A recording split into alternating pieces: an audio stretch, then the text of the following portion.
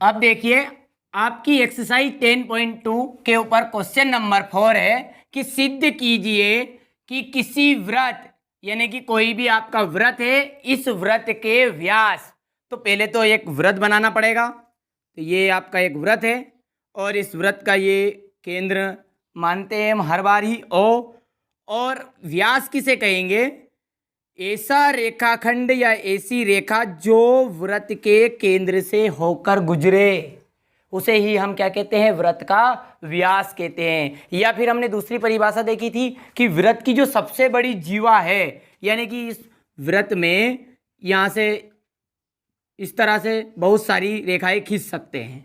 तो ये सभी क्या है? जीवा है। पर एक ऐसी रेखा रहेगी कि जो व्रत के केंद्र से होकर गुजरेगी और वहाँ उन सभी रेखाओं में सबसे बड़ी होगी, उसे ही हम कहते हैं व्रत का व्यास। अब देखिए, तो कोई व्रत है और उस व्रत के व्यास के सिरों पर, यानी कि इसके दो सिरे रहेंगे। पहला सिरा यहाँ पर, इसको नाम दे दिया हमने P, दूसरा सिरा दे दिया Q। देखिए प्रश्न को आप बड़े ही बारीकी से समझिएगा ताकि आंसर आधे से ज़्यादा इसमें ही छिपा हुआ है। तो क्या बोला उसने कि कोई भी व्रत है, उस व्रत का व्यास और व्यास के सिरे यानी कि P और Q, इन P और Q पर खींची गई स्पर्श रेखाएं, तो स्पर्श रेखाएं इस तरह से खींची जाती है, ये स्पर्श रेखाएं हैं और इनका नाम दे दीजिए A और B।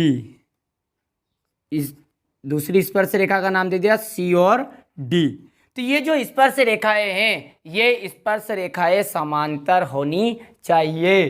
क्या बोला है कि कोई भी व्रत है, उस व्रत का व्यास है, उस व्यास के दोनों सिरे यानी कि P और Q, जैसा कि मैंने चित्र में पहले ही बना रखा है, इस P और Q से हमें दो स्पर्श रेखाएं खींचनी है और ये दोनों जो स्पर्श रेखाएं हैं ये समांतर होनी चाहिए। यानी कि ये A B है, ये समांतर होगी CD। ये जो चिन्ह है ये आपका समांतर का चिन्ह है।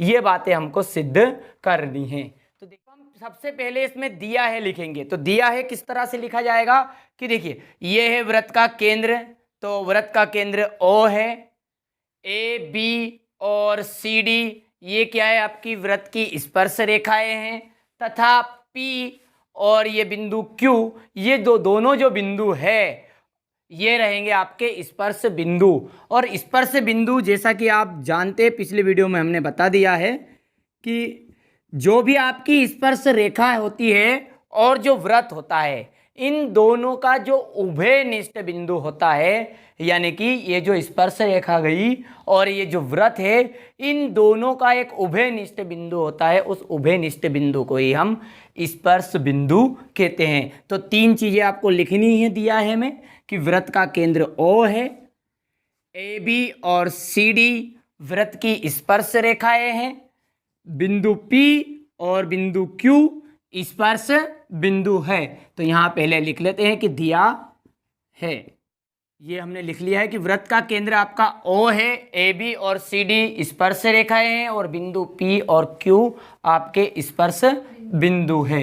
अब करना है अपने को सिद्ध।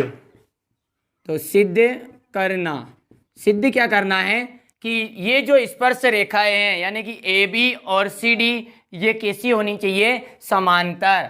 तो ये AB समांतर है CD के, ये आपको सिद्ध करना है। अब आएगी आपकी रचना। तो देखिए जो भी रचना किसे कहेंगे कि जो भी हम जो डायग्राम है या चित्र है, उस चित्र में हमारी तरफ से जो ऐड करते हैं या कुछ चीज़ें हम बदलते हैं, उन्हें हम रचना के तहत लिखते हैं। तो यहाँ पर हम हमारी तरफ से कुछ नहीं कर रहे हैं, इसलिए अब यहाँ पर रचना नहीं लिखेंगे। अब क्या लिखाएगा आपका? उपपत्ति। उपपत्ति बड़ी ही सिंपल है इसकी। सबसे पहले वीडियो में हमने एक प्रमेय पढ़ी थी, वहाँ प्रमेय थी आपकी कि जो स्पर्श रेखा होती है वहाँ स्पर्श बिंदु से जाने वाली त्रिज्या पर लंब होती है। जो स्पर्श रेखा है वहाँ स्पर्श बिंदु से जाने वाली त्रिज्या पर लंब होती है। तो सबसे पहले इसमें आप देखिए त्रिज्याएं कौन कौन सी है और उसके बाद में वो त्रिज्या लंब रहेगी किस पे? स्पर्श रेखा पर।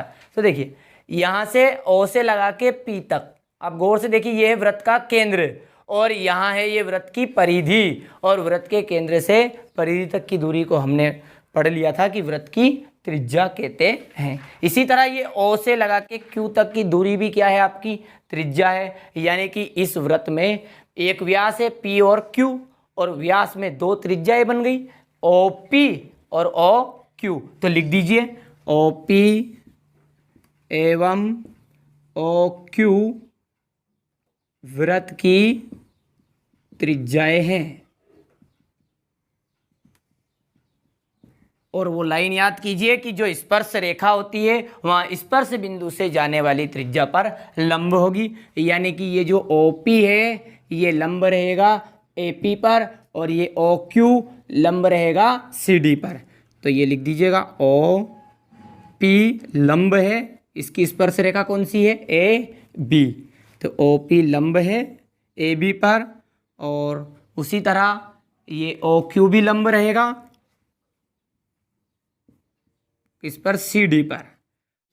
ये बात तो क्लियर हो गई कि ये OP लंब है किस पर, AB पर, और OQ लंब है आपका CD पर।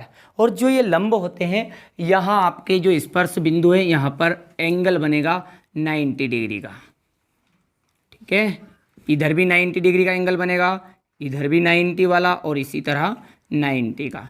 तो इनमें से कोई भी दो 90 वाले कोण यानी कि एंगल को हमें लेना है। अब वो कौन से कोण लेने हैं, वो कोण लेना है हमें एकांतर कोण।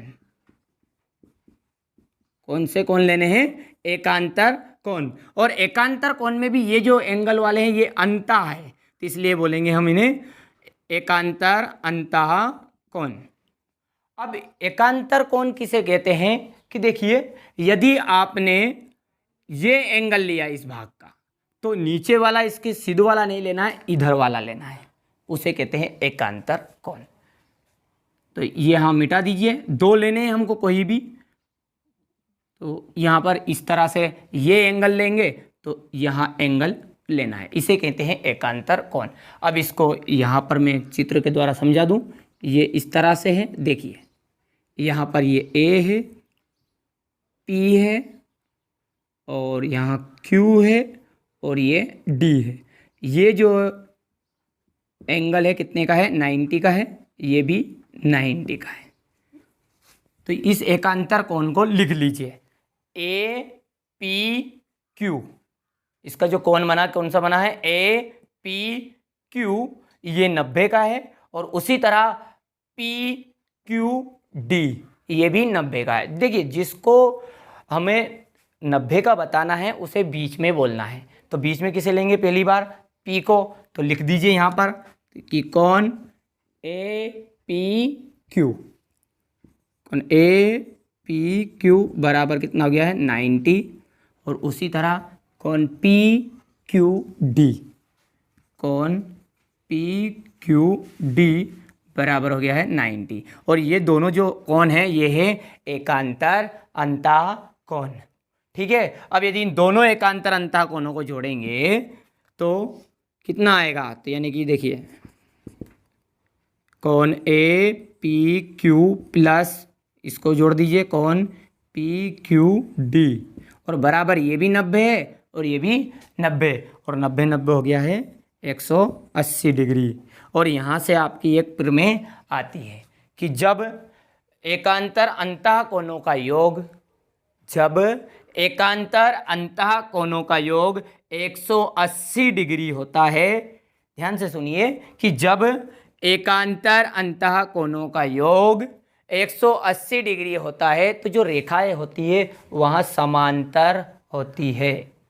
यानी कि जब भी दो एकांतर अंतः कोणों को जोड़ेंगे तो उनका जोड़ यदि 180 आएगा तो ये उनकी जो स्पर्श रेखाएं है यानी कि जो रेखाएं हैं वहाँ कैसी होगी, समांतर होगी। और यही तो हमें सिद्ध करना था कि AB समांतर है CD के। तो यहाँ पर लाइन लिख लेते हैं। तो देखिए कि जब एकांतर अंतः कोण का योग कितना होगा, 180 डिग्री होता है, तो जो रेखाएं होगी वहाँ कैसी रहेगी, समांतर रहेगी। तो ये रेखाएं, दो रेखाएं हैं हमारे पास, एक तो AB और CD, इसलिए AB समांतर किसके रहेगी, CD के। और यही हमको क्या करना था, प्रूव्ड ये बात आपकी क्या हो चुकी है, प्रूव्ड।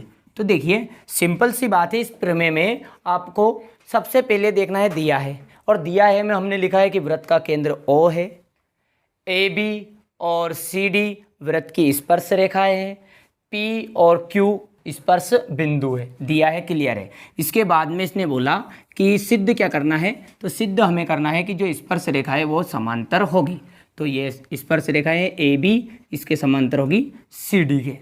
अब इसमें दो हमारी त्रिज्याएं हैं, और जो त्रिज्याएं होती है वहाँ स्पर्श रेखा पर लंब होती है। तो पहले तो त्रिज्याएं बता दीजिए, OP और OQ ये है वृत्त की त्रिज्या। अब ये लंब है किन पर, OP लंब किस पे है, AB पर, और OQ लंब है CD पर। अब ठीक है, ये लंब हो गई, और लंब जो होते हैं तो ये 90 डिग्री का एंगल बनाएगी। तो इनमें से आपको एकांतर अंताकोण ले लेने हैं। तो एकांतर अंताकोण लिए हमने, तो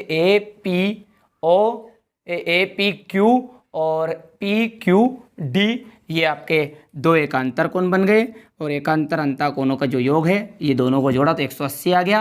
और एक प्रमेय है आपकी, ये तो आपको याद रखना ही पड़ेगा कि जब एकांतर अंताकोण का योग 180 डिग्री होता है तो उनके द्वारा जो रेखाएं गई है ये रेखाएं समांतर होती है। तो इसलिए ये AB समांतर हो गई CD। तो बड़ा ही सिंपल है, और आप इसे स्क्रीनशॉट ले लीजिए और अपनी नोट कॉपी में लिख लीजिए।